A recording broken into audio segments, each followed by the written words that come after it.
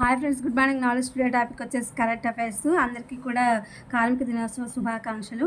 కులగణనకు అయ్యి జనాభా లెక్కలతో పాటు వివరాల సేకరణ, రాజకీయ వ్యవహారాలకు కేబినెట్ కమిటీ నిర్ణయము. స్వాతంత్రం వచ్చిన తర్వాత ఇదే తొలిసారి నిర్దిష్ట గడువుతో పూర్తి చేయాలని సూచన.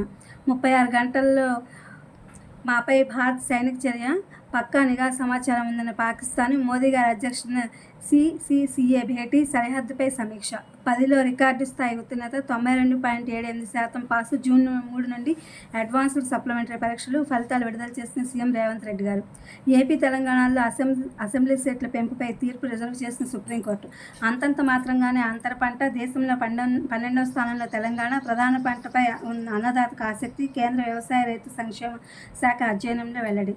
పల్లె తారు రోడ్డు, అంగన్వాడీ కేంద్రాలకు సొంత భవనాలు, మౌలిక సదుపాయాల కల్పన, టీచర్లకు 5G ట్యాబ్లు. రాష్ట్ర ప్రభుత్వం నిర్ణయం.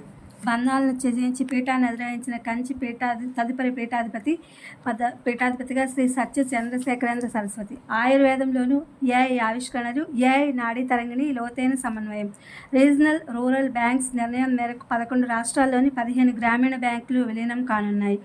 చార్ధామ్ యాత్ర ప్రారంభం. తదుపరి పోపు ఎవరు? 7 నుంచి మొదలు కానున్న రహస్య ప్రక్రియ. ప్రచారంలో పలువురి పేర్లు. సింధు జలాలపై పాక్కు పరిమిత వెలుసుబాట్లే, ఆ నీరు మాకివ్వండి. పంజాబ్ను అభ్యర్థించిన హర్యానా. పీఓకేను స్వాధీనం చేసుకోవడమే పరిష్కారం, భారత్కు బ్రిటన్ ఎంపీ సూచన.